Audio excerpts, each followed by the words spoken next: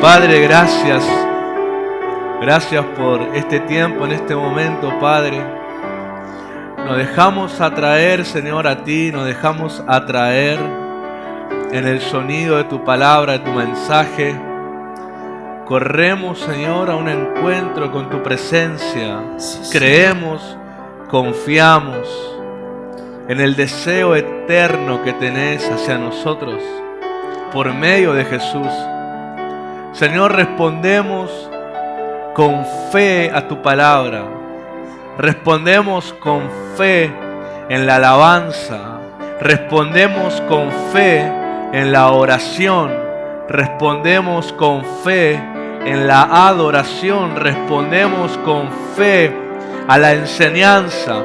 La fe me acerca a ti. La fe me une a ti. La fe me hace experimentar lo que dices. La fe es lo que me diste para poder conocerte. Y uso la fe esta noche para un encuentro con tu presencia, para estar bajo el abrigo del Altísimo y permanecer a la sombra del Omnipotente. Padre, gracias. Gracias y bienvenido a este lugar, bienvenido a esta casa, pero sobre todo bienvenido a mi corazón y a mi vida, en el nombre de Cristo Jesús. Amén, amén y amén. Da un aplauso al Señor con alegría. Alégrate en el Señor. Alégrate con alegría, no con fiaca. Dale una sonrisa al Señor. Sonreíle a Cristo. A Cristo, no, a mí me miran. Al Señor. Bueno, gracias si usted me mira diciendo Cristo está con usted. Bueno, gracias por eso. Pero dale una sonrisa al Señor. Dale una sonrisa al Señor.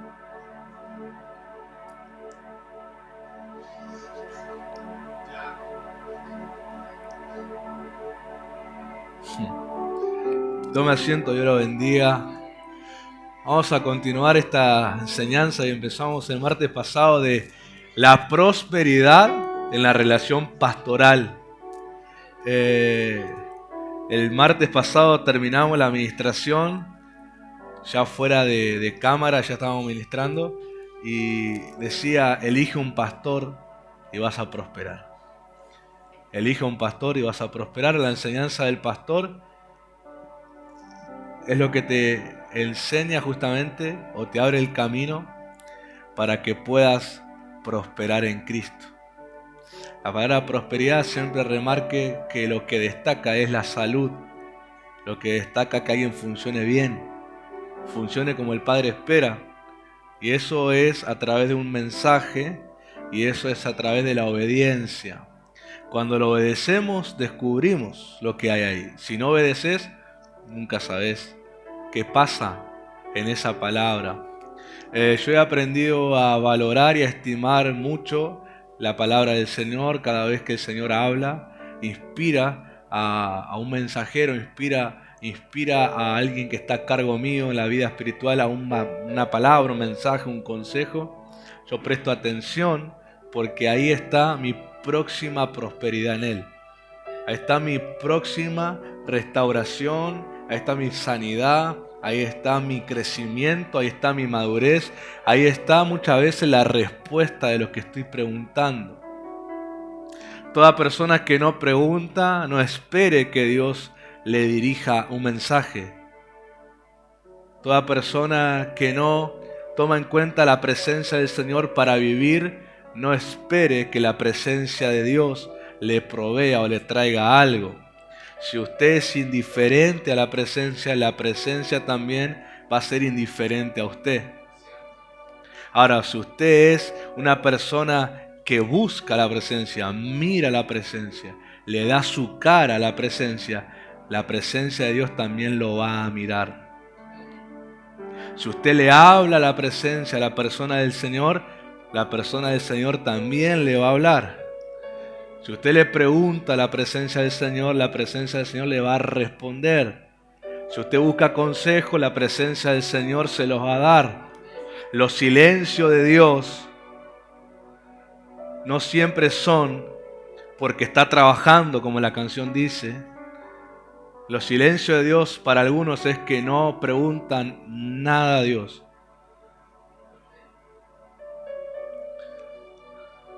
Y otra vez, el silencio de Dios en algunas vidas, esto es lo que a mí el Espíritu Santo me enseñó, es que el silencio es porque no están obedeciendo algo que ya les dijo que hagan.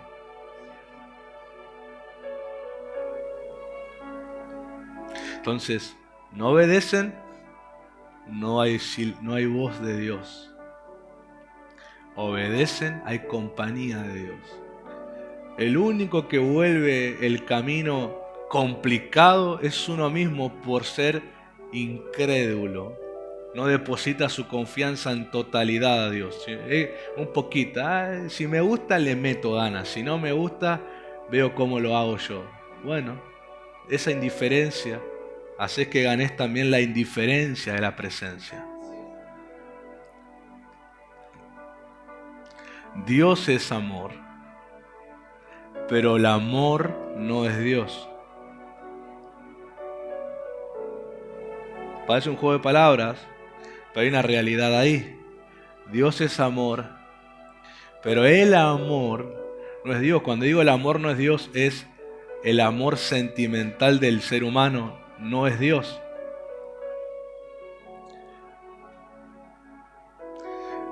Dios es amor y ese amor de Dios es una persona, no es un sentimiento.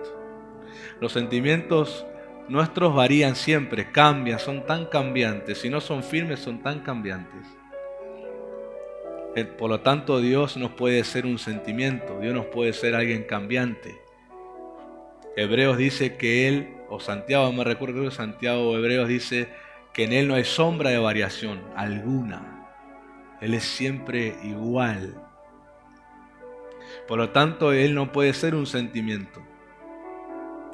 Él es una persona divina y santa, eterna. Por lo tanto, ese amor de Él es así, no cambia. Es eterno, es divino. Pero el amor sentimental nuestro no es Dios. ¿Sí? Entonces, si nosotros nos relacionamos con Dios por sentimientos, esa relación jamás prospera. Pero si me relaciono con Dios con fe, que no es un sentimiento, entonces la relación va a prosperar. Mi respuesta siempre debe ser: confío en aquello que Dios habla. Todo lo que proviene de Dios, si Dios es amor, entonces ¿qué es? Su voz, su palabra es amor. Su ministración es amor. Su instrucción es amor. Su consejo es amor. Sus mandamientos es amor. Sus demandas es amor, porque provienen de Él. No es un sentimiento. Es Él mismo. Es su persona. Cuando de Dios proviene algo, eso que proviene de Dios incluye a Dios.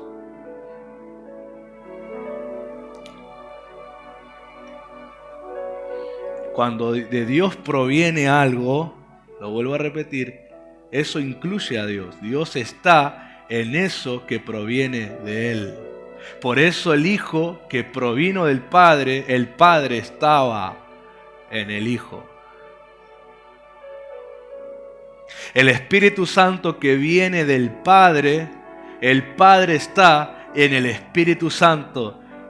Y el Espíritu Santo está en el creyente del Evangelio. Por lo tanto, el que cree en el Evangelio usa la fe. ¿Quién está con él? Dios. Si lo que proviene de Dios, Dios está ahí. Entonces cuando las personas dicen, ¿dónde está Dios? ¿Verdad? La pregunta. del que dejó usar la fe. ¿Dónde está Dios? La respuesta es donde lo dejaste. Porque lo que te dio, Dios está. Diga con ganas. Lo que provino de Dios para tu vida, ¿quién está ahí? Y cuando vos preguntás ¿dónde está Dios? ¿Dónde está? En aquello que te dio y vos dejaste de usar. ¿Dónde está Dios? Y te hace el sufriente. Porque, al evangélico, cómo le encanta mandarse la parte. ¿Hay un pájaro acá en medio nuestro? ¿Cómo le gusta al que ya no usa la fe, cómo le gusta hacer obras de teatro sentimentales de su vida? Por más que sea verdad lo que le pasa, pero no usan la fe para ser transformados. Usan los sentimientos para manipular y enredar a la gente. Y bueno. ¿Dónde está Dios? Preguntan. Cuando dejaste de usar aquello que Él te dio, que Él está ahí. ¿Dónde está Dios cuando orás? No estás orando con fe. Si vos orás con fe que proviene de Dios, Dios está ahí. ¿Dónde está Dios cuando empezás a tomar decisiones en tu vida? Dios está en aquella instrucción que te dio y no estás caminando. Dios está en la palabra profética que te habló y no estás creyendo. Dios está en la enseñanza del domingo, del miércoles, del jueves, del martes, y vos no estás obedeciendo. Entonces no es que Dios te abandonó, vos abandonaste a Dios.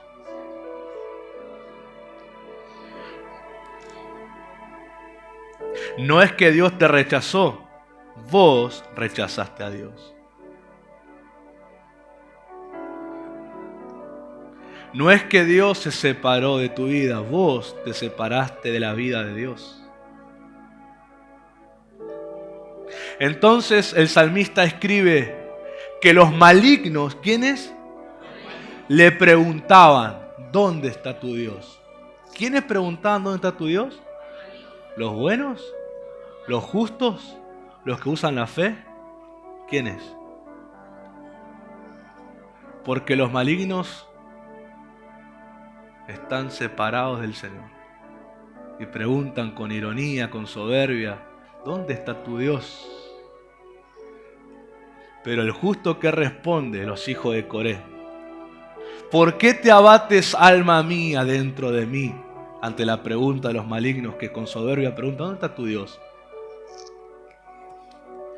Porque aún he de alabarle, mi roca, mi esperanza.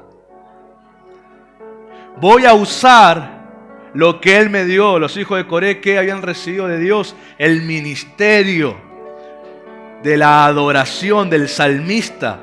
¿Qué voy a hacer mientras el maligno y los malos, los que no usan la fe, con soberbia se jactan? ¿Dónde está tu Dios? Porque esa generación estaba en cautiverio. ¿Dónde está tu Dios?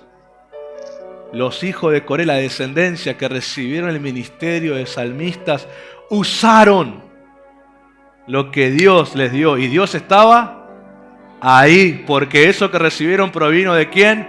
De Dios. Y cuando ellos usaron lo que proviene de Dios y Dios está ahí, ellos dijeron, ¿por qué me voy a abatir dentro de mí? Voy a alabarle, voy a hacer uso de lo que me dio. Y ahí estaba. ¿Y qué pasa después de eso? Dice que un abismo empezó a llamar a otro abismo dentro de ellos. Dice que empezó una cascada a correr dentro de ellos. ¿Qué se refiere a eso? Ellos estaban con un abatimiento, un vacío en su corazón. Pero cuando empezaron a hacer uso de lo que provino de Dios para ellos y Dios estaba ahí, ese vacío empezó a convertirse en cataratas que fluían. Cuando a vos te preguntan dónde está tu Dios, o vos mismo, ¿dónde está Dios? Hace uso de lo que provino de Dios para tu vida y cataratas del Espíritu van a aparecer, porque Dios está de aquello que Él te proveyó del mismo. Y Él te proveyó el Evangelio, y Él te proveyó la enseñanza, y Él te proveyó pastores. Algo que menosprecian tanto, y solamente el carnal menosprecia algo tan valioso.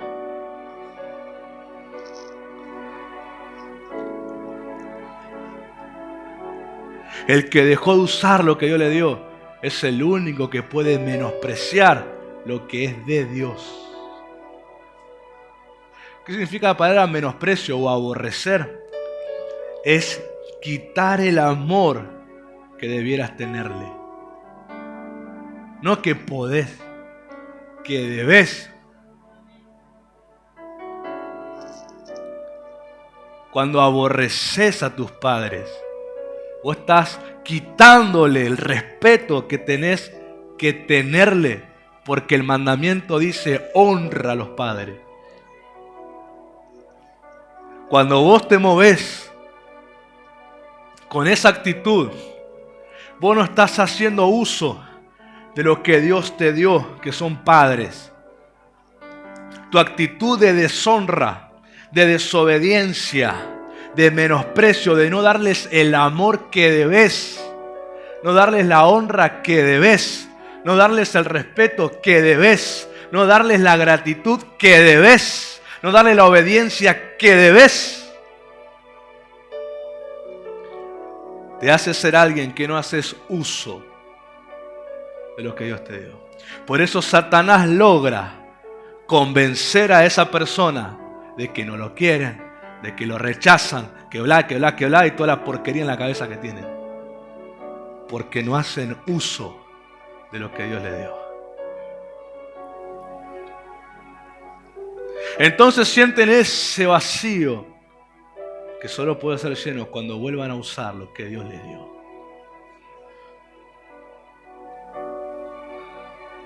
Yo algo sé muy bien, toda persona en la iglesia, como trate a sus padres, va a tratar a sus pastores. Si no respeta a su papá, a su mamá, yo sé muy bien que no va a respetar al pastor.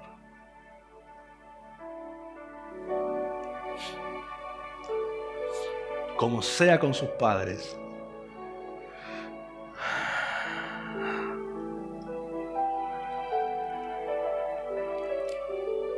El pastor representa una figura de alguien que cuida y lidera, muy parecida a la de un padre, de una familia, una madre. Además, Dios le da esa clase de corazón al pastor, porque si el pastor no tiene un corazón paternal, o la pastora no tiene un corazón maternal, es muy difícil que lidere personas. No puede liderar.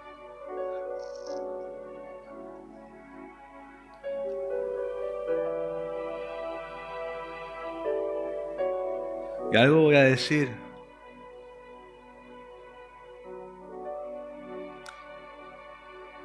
Cuando están de novios, o eligen pareja, o les gusta a alguien y todavía no se eligieron, vean cómo trata a sus padres, porque así te va a tratar a vos.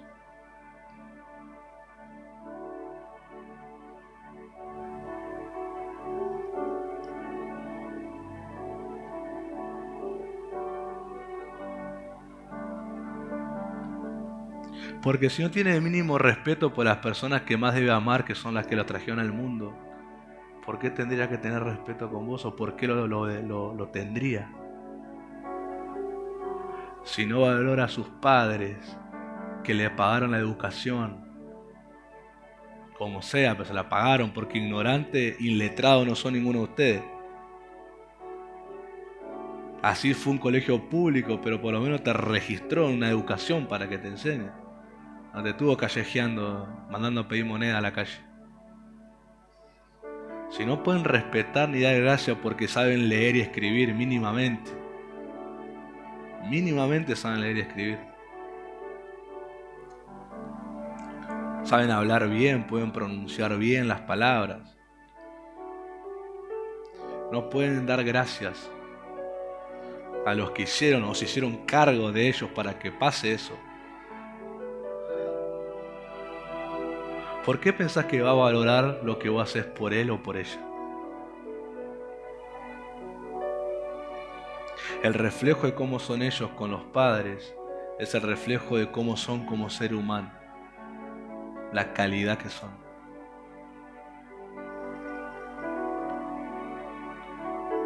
El Espíritu Santo me dijo hace unos días, me dijo lo que Pablo escribe, trayendo a memoria ese mandamiento: honrar a los padres. Éxodo dice: honra a tu padre y a tu madre para que tengas larga vida en la tierra, ¿verdad?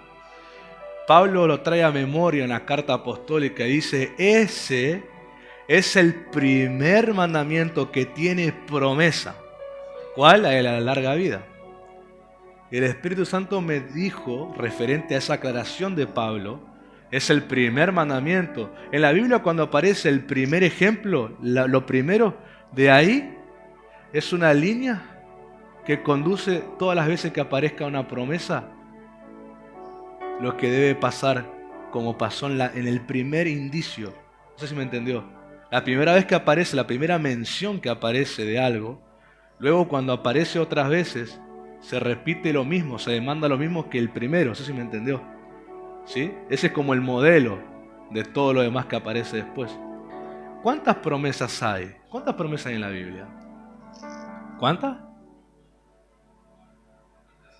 3.000, más de 3.000 promesas. La primera que tiene una promesa es el mandamiento de la honra a los padres.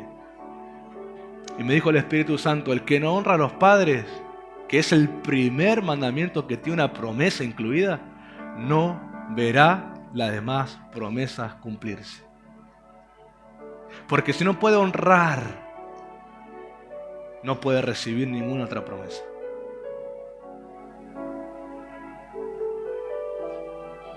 ¿Qué es honrar?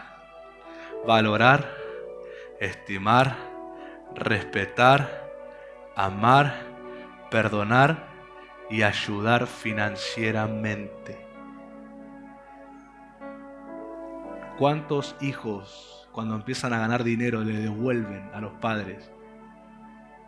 Por lo menos hacerse cargo de un impuesto, por lo menos hacerse cargo de pagar algo en la casa, por lo menos hacerse cargo de algo que a él le quite o a ella le quite la carga.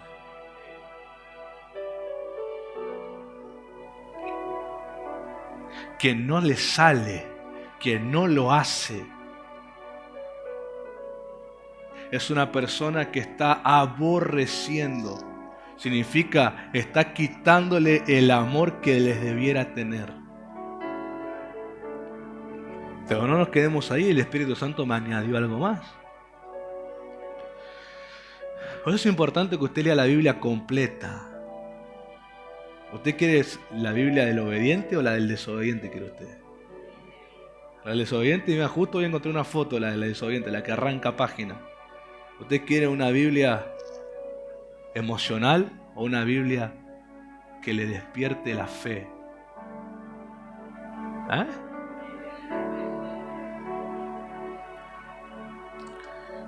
Obviamente yo como ser humano no me memoricé la Biblia, pero la he leído varias veces completa, ¿sí? Eso que leo queda guardado. Y el Espíritu Santo cuando te quiere enseñar algo toma de eso que leíste. Y cuando me hablaba de la honra, el Espíritu Santo me trajo a memoria un texto bíblico que dice: el que maldice a padre o madre acarrea condenación.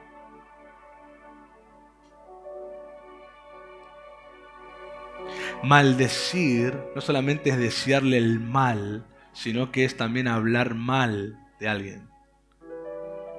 Para Dios es terrible cuando un hijo nacido de las entrañas de un hombre o una mujer habla mal o le desea mal a ellos. ¿Qué habla mal? Lo critica a sus padres con otra gente. Eso es lo mismo que hizo el hijo de Noé, Cam.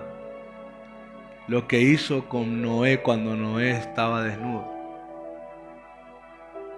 Lo avergonzó. Y le costó una condenación a Cam. Ser despojado de la herencia de Noé. ¿Sabe qué descendencia tuvo Cam? De Cam sabe que nacen dos naciones enemigas de Israel: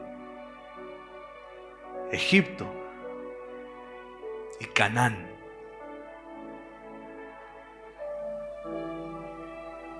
Egipto, la nación, la descendencia de Cam, que tuvo esclavo a Israel. Y Canaán, la descendencia que le hizo guerra a Israel y usurpó su tierra. ¿Sabes de dónde nace Israel? Muchos me dicen de Abraham, sí, pero antes de Abraham, de Sem, el primer hijo de Noé. ¿Qué hizo Sem cuando el otro se burló, avergonzó a su papá? Él, con el menor, lo cubrieron.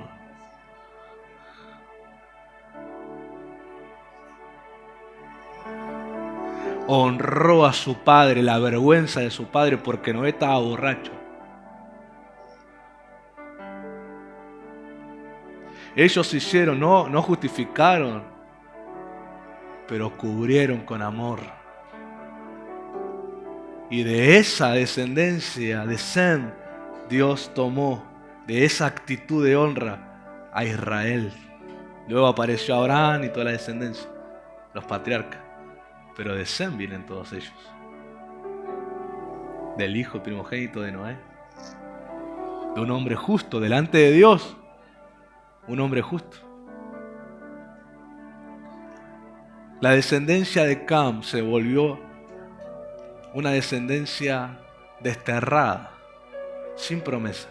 Egipto no tiene promesa de Dios. Canaán no tenía promesa de Dios. Israel sí.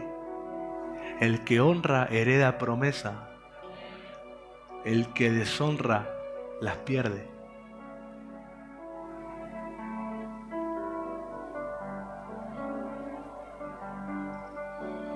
Acarrea el que deshonra a padre y madre, el que maldice padre y madre acarrea condenación. Cam acarreó condenación. Su descendencia, Egipto, azotada por las plagas.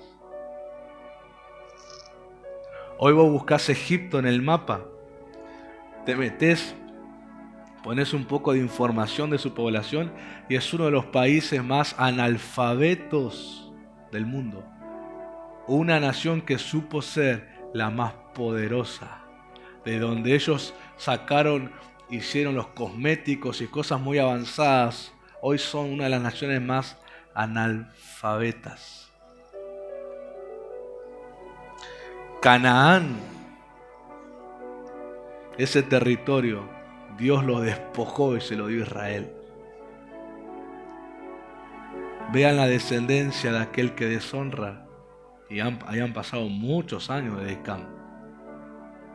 Ni siquiera sus descendientes eran una nación todavía. Miren lo que pasó. Cuando se enfrentaron a uno que tenía promesa del Señor. El que no honra, el cual es el primer mandamiento con promesa, no ve ninguna otra promesa cumplida. Cuando Dios pone la demanda de la honra, siempre es hacia las personas que debes honrar, no si querés. Porque dice que Dios no coloca a alguien para ser honrado si esa persona no es alguien que lo honra a Dios. Noé era un hombre que delante de Dios era justo. Por lo tanto, para Dios no era un hombre que debía ser honrado. Y cuando lo deshonró su hijo, fue desterrado.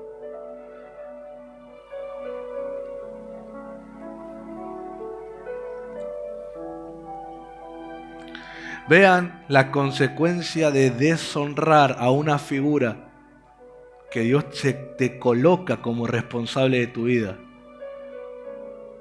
Acarrea condenación, produce que te pierdas las promesas. Yo no he visto a ninguna persona alcanzar promesas que se haya salteado el principio de la honra, de la gratitud, del respeto, del valorar. Yo no veo personas que tengan promesas cumplidas que no practiquen eso. No lo veo. Como tampoco veo personas que deshonren que tengan promesas cumplidas en sus vidas. No lo veo. Y si no lo veo y ninguno le pasó, es porque no pasa.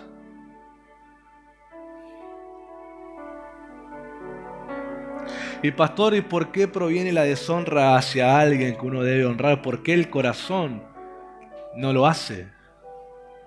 ¿Qué pasa ahí? ¿Hay pleito? ¿Hay cosas? Puede haber diferentes motivos, pero una de las cosas que al propio Jesús le hicieron es la incredulidad. Es familiarizarse con esa persona. Dice que Jesús se sorprendió por la incredulidad en Nazaret. Y la incredulidad en Nazaret decía lo siguiente: ¿no es este Jesús el carpintero? ¿No es este el hijo de María y José? ¿No es este quienes sus hermanos, hermanas, nosotros conocemos y están en medio nuestro? Esa incredulidad, esa familiaridad, ese menosprecio al ungido, Jesús dice que se sorprendió de esa incredulidad y dice que no pudo hacer milagros. Pero uno empieza a atar cabos. Jesús, cuando le viene una extranjera a pedirle ayuda por su hija, la Sirofenicia, Jesús les dice algo importante: yo fui enviado a las ovejas de Israel. O sea que el ministerio de Jesús en primera instancia era para todo judío. O sea que cuando él fue a Nazaret, la tierra donde se crió, porque él nació en Belén de Judá, pero Nazaret se crió a la tierra ahí para mostrar, porque él ya no era el carpintero que sostuvo los primeros 30 años de su vida. Él era el ungido, él venía del Jordán, él venía del desierto, él venía de hacer sus primeros milagros, su primer tiempo de ministerio. Él no era Jesús, él era el Cristo, era el ungido de Dios. No lo supieron ver, menospreciaron al que debían honrar, porque él fue como una promesa a Nazaret: ir a las ovejas de Israel. Él fue como el pastor a esas ovejas. Él fue y les habló como un pastor a esas ovejas. Pero dice que las ovejas no le oyeron, no le creyeron, no le honraron. Y no hubo manifestación del reino ahí. Nazaret no es un pueblo que tenga testimonio del milagro de Jesús porque no le creyeron, porque no le honraron. Entonces Jesús se trasladó a otras ciudades como Capernaum, como Betania, como Galilea, lugares donde él hizo los milagros. Pero Jesús, antes de irse de Nazaret, cuando no lo honraron, él dice algo. Encima, cuando la gente de Nazaret oye lo que Jesús dice, lo quisieron apedrear. Porque encima que no te honran, encima después te juzgan. Entonces Jesús no se queda callado porque él era el ungido. Él dijo lo siguiente a Nazaret: no hay profeta sin honra sino en su propia tierra. Y pone el ejemplo: muchas viudas hubo en el tiempo de Elías, pero no fue enviada a las viudas de Israel, sino a una extranjera. Muchos leprosos había en Israel en el tiempo de Eliseo, pero no fue enviado a ninguno de ellos, sino a Naamán el sirio. ¿Qué les quiso decir Jesús con eso? Ustedes no me honraron, ustedes no me creyeron, ustedes fueron incrédulos, yo me voy a otra gente. Ellos entendieron lo que Jesús les quiso decir, pero lejos de decir, nos equivocamos, vamos a pedir perdón, levantaron piedras para querer apedrear a Jesús. ¿Qué significan esas piedras? La crítica, la murmuración hacia esa persona.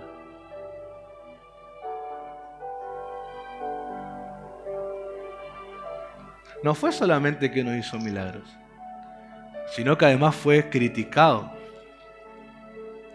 Cuando Jesús les dijo una verdad: no hay profeta sin honra sino en su propia tierra. Cualquier otro lugar a un profeta lo honran, lo reciben, como hizo la tsunamita con Eliseo, como hizo la viuda con Elías. Extranjeros que honraron al hombre de Dios porque así lo llamaban. Menos la gente de su tierra, la que se familiarizan, los que no miran. Y pastor, ¿y por qué pasa eso? Porque no usan lo que provino de Dios para ellos, que es la fe. Porque si fueran gente que usan la fe, podrían ver con esa mirada de fe a los pastores que Dios les da. Y los vieran como ungidos, no como estrella. Ningún ungido es estrella. Tampoco un ungido busca hacerlo. Si tiene algún tipo de fama es por causa de que la gente de boca en boca empiezan a testificar de las cosas que pasan. Y eso llama la atención. Pero no buscan la fama.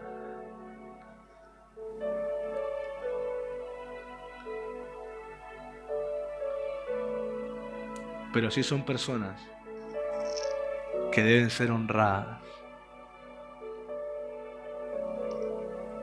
Pues son personas puestas para formarte. Son personas puestas para hacerse cargo espiritual de tu vida. Responsables espirituales de tu vida. Que si no fueran responsables espirituales de tu vida, el término sería huérfano. Aquel que no tiene a alguien responsable sobre su vida.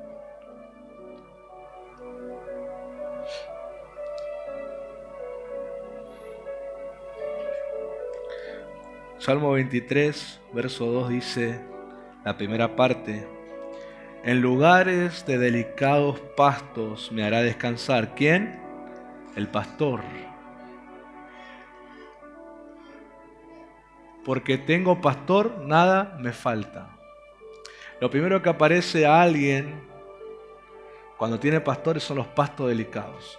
¿Qué significan los pastos delicados de este salmo? Según la traducción en el hebreo de este salmo, los pastos delicados eran aquellos que recién habían crecido. Eran pastos tiernos porque recién eran nuevos y frescos, habían brotado recién de la tierra.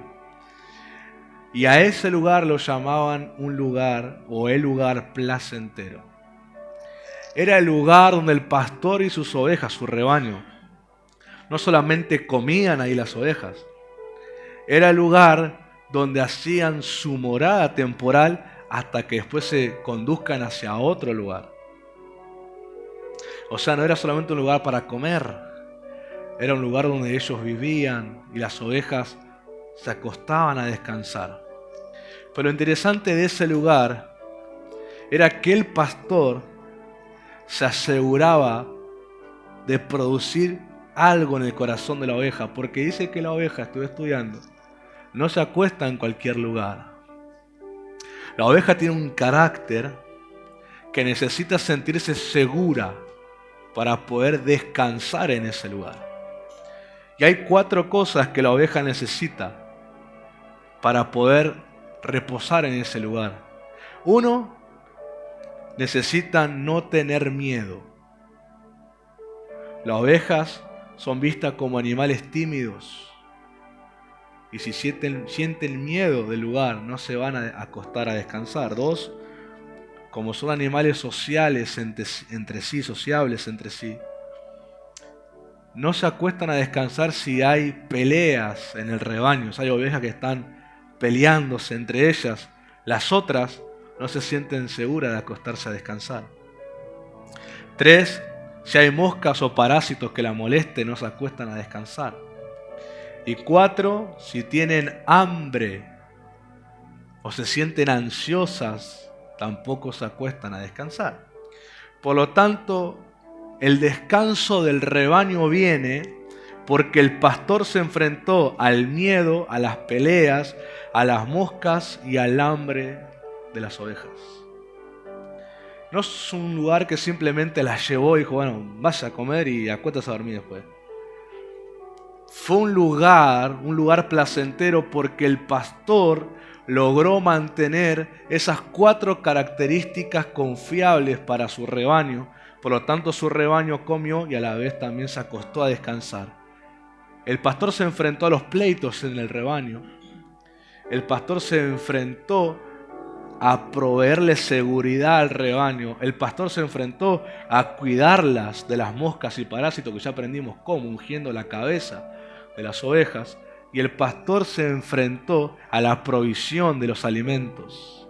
Les dio lo básico y la seguridad para que las ovejas lo sigan y para que las ovejas descansen con él. Entonces el lugar se volvió un lugar placentero, porque era un lugar donde el pastor también se quedaba con ellas. Las ovejas comían, descansaban, estaban el tiempo necesario y luego iban a otro lugar. Viendo que las ovejas tienen un acompañamiento constante y continuo del pastor y no van donde quieren, sino que van donde las llevan. Y ellas van porque han confiado en la guianza de su pastor. Saben que el pastor las va a llevar a ese lugar que les da seguridad para hacerlo. Y el pastor se enfrenta a esos pleitos que hay en el rebaño. El pastor se enfrenta a las moscas y parásitos que intentan enloquecer a la oveja. Se enfrenta al hambre, a la sed que la oveja tiene. Y se enfrenta a los miedos de la oveja.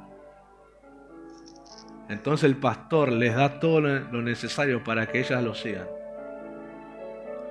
La oveja se siente en confianza y segura cuando eso pasa. Y confía en el cuidado y en el liderazgo de ese pastor. La oveja siente seguridad porque eligió seguir a ese pastor. Por eso los creyentes encuentran estos pastos delicados cuando eligen creer en las enseñanzas de su pastor. Por más que delante de sus ojos no haya nada hermoso y delicado, creen que si obedecen a la enseñanza va a pasar. El rey David fue el que escribió el Salmo 23 y los rabinos explican que cada vez que aparece en un salmo escrito por el rey David o escrito por David, los rabinos explican que David, antes de escribir un salmo, era inspirado divinamente por la gloria shekinah de Dios. David era el ungido, pero la gloria de Dios lo visitaba y él era inspirado y escribía los salmos.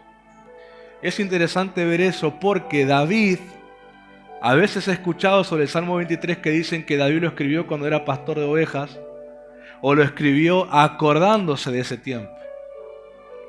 Pero los rabinos explican que David escribió el Salmo 23 cuando él estaba en el bosque escapándose de Saúl, de un angustiador.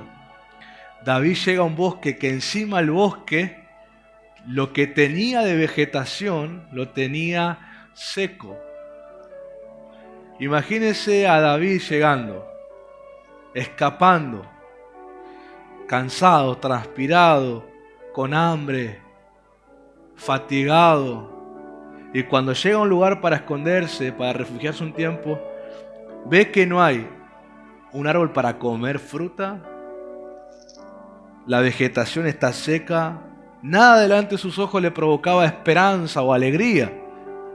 Pero dice que mientras David miraba todo eso tan desalentador y angustiante para él, que además era perseguido por Saúl, a alguien a quien él sirvió y amó, y que Saúl lo siguió por envidia, la gloria shekinah que los rabinos explican que venía sobre David, le mostró algo a David. Le mostró un lugar de pastos delicados. Naturalmente David no vio eso. Eso lo recibió por la gloria que lo inspiró a saber eso. David volvió cada lugar donde él se refugió esos tiempos de persecución, él los volvió lugares delicados, pastos delicados, porque era Dios el que lo acompañaba. Y mientras la mano de Dios estaba contra Saúl, porque cada vez que Saúl se acercaba, Dios frustraba su plan, la mano de Dios estaba a favor de David y hacía que hasta el lugar más horrible donde él estaba, él prosperara y no le faltara las cosas más básicas para poder vivir. Él estuvo en cavernas, cuevas, bosques, desiertos, hasta en territorio enemigo. Los lugares más inhóspitos que no les podían provocar delante de sus ojos ningún motivo de creer que algo bueno pasaría en ese momento. El buen pastor que guiaba a David le hacía confiar que se volverían lugares de pasto delicados. Y así David se condujo, y por esa actitud de David de su corazón y en esa fe que se movió, fortalece el verso 1 de que si el Señor es tu pastor, nada te falta.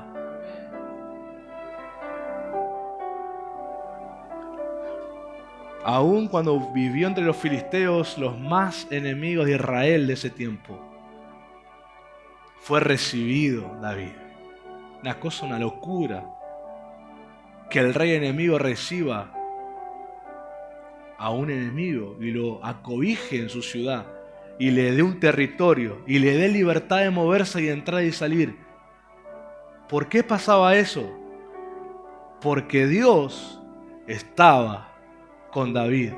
Pero lo interesante no es solamente eso, porque Dios es fiel a lo que promete. Lo interesante es la actitud de David, que él decidió creerle a quien tomó por pastor. Aunque se moviera y no viera nada delante de sus ojos agradable, él le creía a Dios que se volvería un lugar de pasto delicados. Uno de esos ejemplos es cuando David se acerca a Filistea, a Gat, la capital, de donde también él mató a un ciudadano de ahí, a un campeón de guerra llamado Goliat. Se lo querían comer los de Gat a David, si les mató al campeón. ¿Qué gritan los filisteos cuando lo ven al pequeño David acercarse con sus 400? Empiezan a gritar: este es David, el rey de la tierra.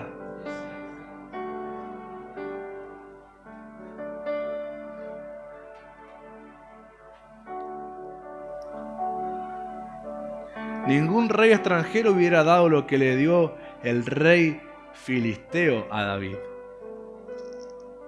¿Pero por qué se lo dio?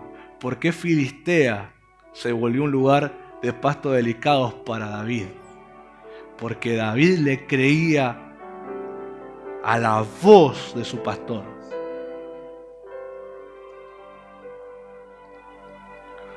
Honró a su pastor. Respetó a su pastor. Siguió a su pastor.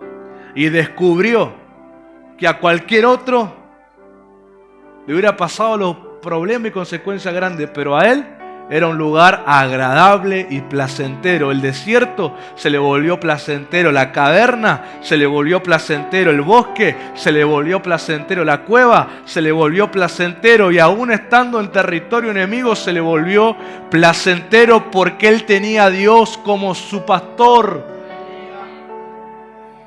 y le creyó todo lo que Dios le decía. Ciertamente a David nada le faltó porque creyó la voz de Dios y no lo que sus ojos veían. Esa es la actitud y la relación de una oveja con su pastor. Pero no solamente David se benefició de ser una persona obediente a Dios, sus 400, que a la misma vez eligieron seguirlo a él. ¿Quién iba a seguir a un fugitivo del reino? ¿Quién iba a seguir a alguien que le pusiera un precio sobre su cabeza, que el rey prometió los grandes honores a quien le dijera dónde estaba o que se lo llevaran delante de su presencia. Él prometió que no pagarían impuestos por el resto de su vida, que gozarían de los beneficios de alguien del palacio. Y estos 400 no era gente que les sobraba nada. Dicen que eran endeudados, enlutados, pobres. Ellos pudieron haber recibido la oferta de Saúl y decirle: el rey nos prometió que si lo damos a David no pagamos impuestos, vamos a gozar de beneficios del palacio. Esa sería la oferta que pudiera tentar el corazón de estos 400, pues los 400 le dijeron a David en una caverna, ni siquiera en un lugar más lindo, con frutos, con árboles, con sombra, con que te apantallen, te tiren aire. En la caverna fría, húmeda, oscura, despreciable, estos 400, teniendo delante de sus ojos la oferta de un rey carnal, ellos decidieron decirle al rey, al ungido de Dios: nosotros te vamos a seguir a vos. Y esos 400 levantaron el corazón de David, que estaba abatido. Y esos 400 gozaron de la misma prosperidad que el rey David, que él tenía por seguir a Dios. Es inevitable que aquel que tiene un pastor obediente a Dios prospere de la misma manera que su pastor prospera por obedecer a Dios. Ninguno de los 400 se mantuvo pobre y David próspero. Ninguno de los 400 se mantuvo desabastecido y David provisto. Ninguno. Lo que le pasaba a David por seguir a Dios, les pasaba a ellos por seguirlo a David. Es muy fácil descubrir en una congregación a los que están con el pastor y a los que están en su contra. ¿Por qué? Porque los que están a favor del pastor les pasa lo mismo que al pastor le pasa, y los que están en su contra no les pasa nada. Es muy fácil. David tenía precios, no sé si usted entiende eso. David, en el estado vulnerable que esos 400 lo encontraron, era su salvación carnal para ellos. Ellos lo entregaban, no pagaban más impuestos y gozaban de beneficios del palacio. ¿Pero a costa de qué? De un rey sin unción y desechado por Dios. Antes de elegir comer a la mesa de un rey desechado, ellos eligieron comer en una caverna con un ungido.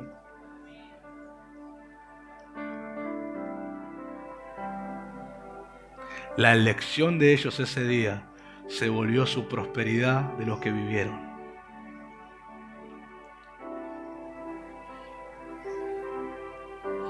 El día que eligieron seguir a alguien y ese alguien era ungido, ese día ellos se encaminaron el resto de su vida a la prosperidad de Dios.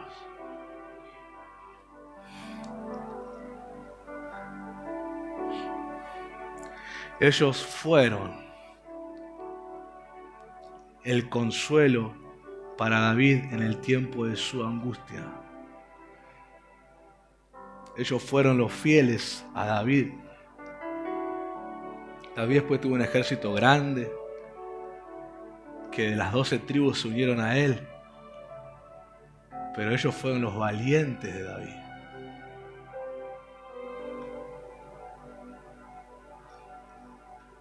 Ellos prosperaron. Nunca más se los llamó endeudados. Nunca más se los llamó enlutados. Nunca más se los llamó pobres. Se los llamó valientes de David. No sé si usted entendió algo, se agarró algo, si mordió el pan, si se atragantó con el pan de esta noche. Pero quien tiene un poquito de discernimiento espiritual sabe a quién seguir, a quién no.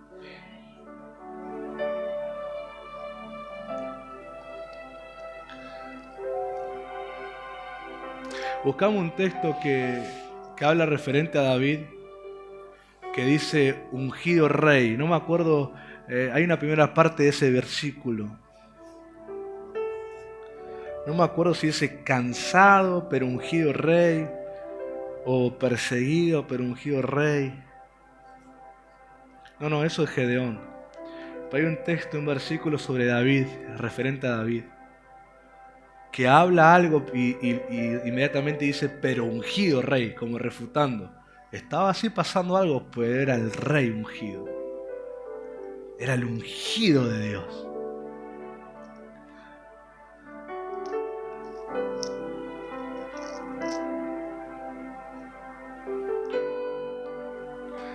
Qué hermoso cuando David no se le acabaron los problemas después que fue rey de Israel. Los tuvo. Pero ¿quién es? Y yo soy débil, aunque ungido rey.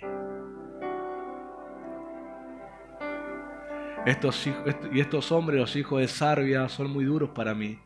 El Señor dé el pago al que mal hace conforme a su maldad. Yo soy débil hoy, aunque ungido rey. Sarbia, los hijos de Sarbia eran sobrinos de David, era una hermana de David. Sarbia fue una hermana de David. Y los hijos de Sarbia eran sobrinos de David, eran generales de su ejército. Pero hicieron algo que David les pidió que no hagan. Y como eran hombres de guerra, tenían influencia en soldados. Entonces los soldados los seguían. Entonces David dijo, estos hombres me son duros, sus familiares. ¿Cuándo no los familiares metiéndose en la unción, no? Menospreciando, desobedeciendo? Dice David, que el Señor le dé el pago a ellos. Pero yo soy débil, pero ungido rey. Pero ungido rey. Me pueden desobedecer, pero soy el rey ungido. Pueden elegir sus propios caminos y no seguir el mío, pero soy el rey ungido. Pueden tomar la decisión de irse, pero soy el rey ungido. Me pueden menospreciar, pero soy el rey ungido. En otras palabras, piensen, sientan, decidan sobre mí como ustedes piensen, pero no quita que soy el rey ungido. Aunque débil hoy, yo soy débil hoy, aunque ungido rey. Ese aunque es Dios está conmigo.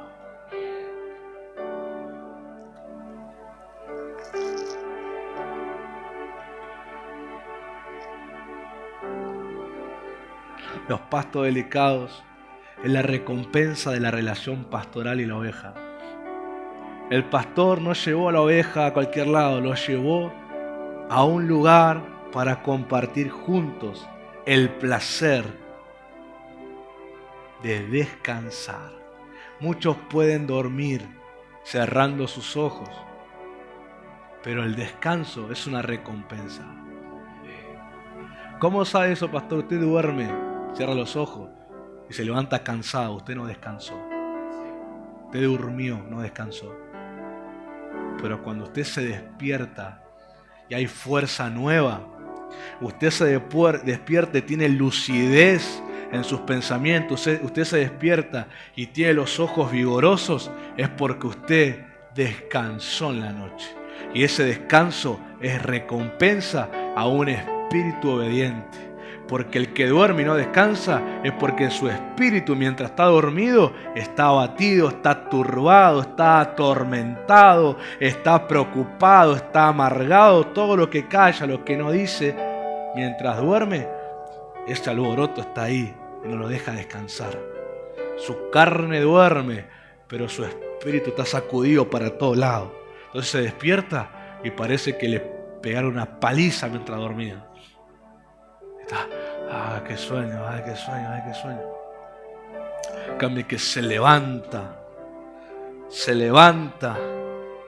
con ojo descansado, vigoroso, mente lúcida, se levanta con alegría, es porque alguien descansó, su espíritu está en paz. No hay nada que lo pudo atormentar. No hay persona más vulnerable que el que duerme. Pero dice el Salmo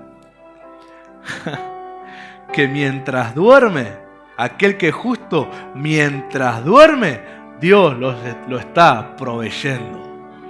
Aún mientras duerme, Dios está velando por él. Aún mientras duerme, Dios está preparando su camino del otro día. O algunos están durmiendo ahora.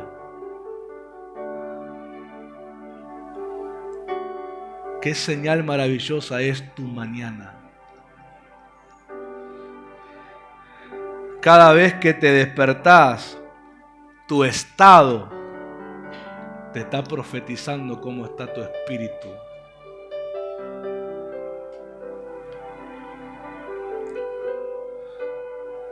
Yo reviera mi vida si yo duermo y no descanso.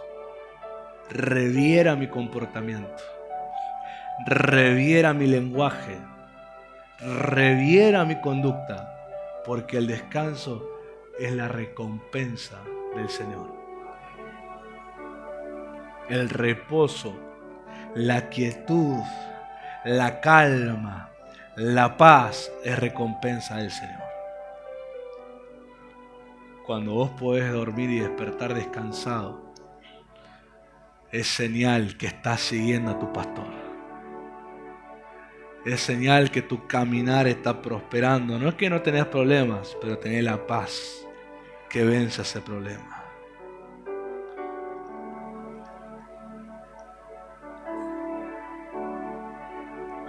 Cuando no puedes dormir y te sentís mal, es un momento para decirle: Padre, perdona mis pecados. Perdona mi andar desobediente, porque si no puedo descansar y hay turbación, es porque no estoy usando lo que me diste. Y estoy andando por un camino donde no estás. Y lo siento en mi alma que no puedo descansar. Que me siento aturdido, perseguido, tengo pesadillas, tengo insomnio. Siento que se apaga la luz, aparece la cachabacha. Siento que si voy al baño el lobizón me va a morder la mano. Siento que si voy a buscar agua me va a salir Drácula. Esa sensación de estar perseguido por cosas feas es un camino donde Dios no está. Y esa es una evidencia que estás desobedeciendo a Dios. Y dejaste de usar lo que Él te dio. Porque si usas lo que Dios te dio, Dios está ahí.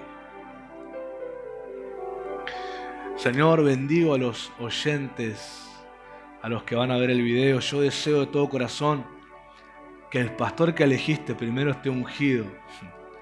Segundo, obedezca al Señor. Y tercero, vos lo sigas para que prosperes en tu fe. Y nunca dejes de usar lo que Dios te dio y lo que provino de Dios, porque Dios está ahí. Que Dios te bendiga.